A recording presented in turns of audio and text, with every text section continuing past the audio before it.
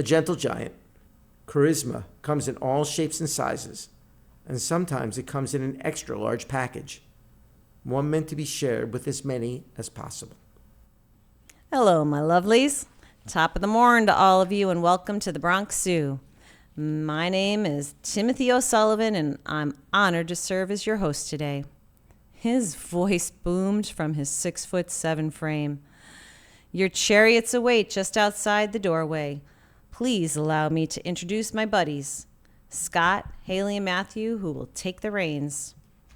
Enjoy your excursions into the wilds of Africa, the plains of America, the jungles of South America, and the frozen tundra of Antarctica. Now off with you, my pretties.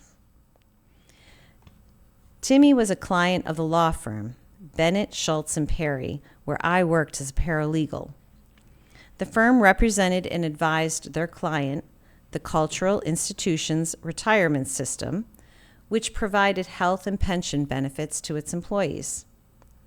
He was the executive director of the Bronx Zoo benefit plans, and my boss, Joe, was the lead attorney in their representation.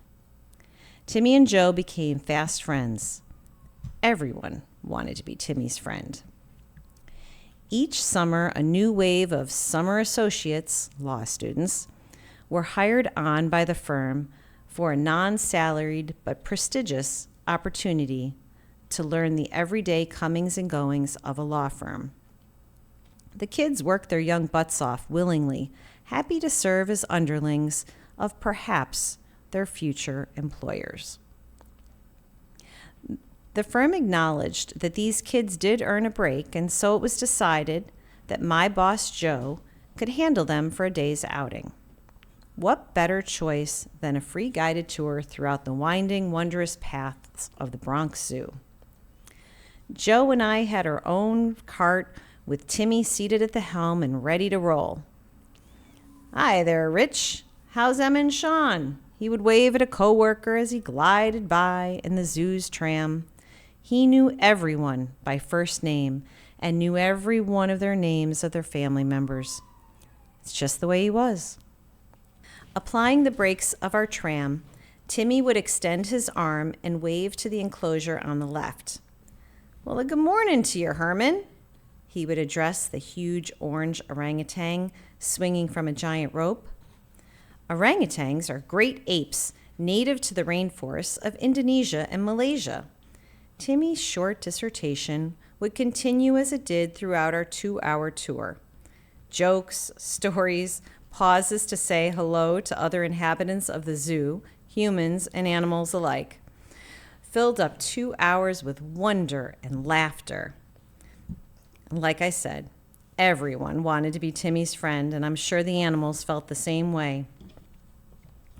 One summer morning in August, I was sitting at my desk when I received a call from reception that Timmy had arrived for his meeting with Joe. I headed out to the reception area to greet Timmy and to take him back into our offices. A giant bear hug, not judged in those days, ensued. "Good morning to you, Lady Di. And don't you look quite the pretty lassie today? Come on now, take me to your leader." I knocked on Joe's door and opened it to allow Timmy to enter. The two big men embraced as I quietly closed the door. 45 minutes into the closed-door meeting, Joe's door opened as the two men, arms around each other, approached my desk. Timmy saluted me and took my hand to plant a small kiss. "See you soon, Lady Di." And Timmy walked away. Joe asked me to note on his calendar an upcoming meeting with Timmy and the committee. We're meeting at the World Trade Center offices. The entire committee will be attending. Please mark my schedule for 8 a.m. on September 11th. Thanks, Di.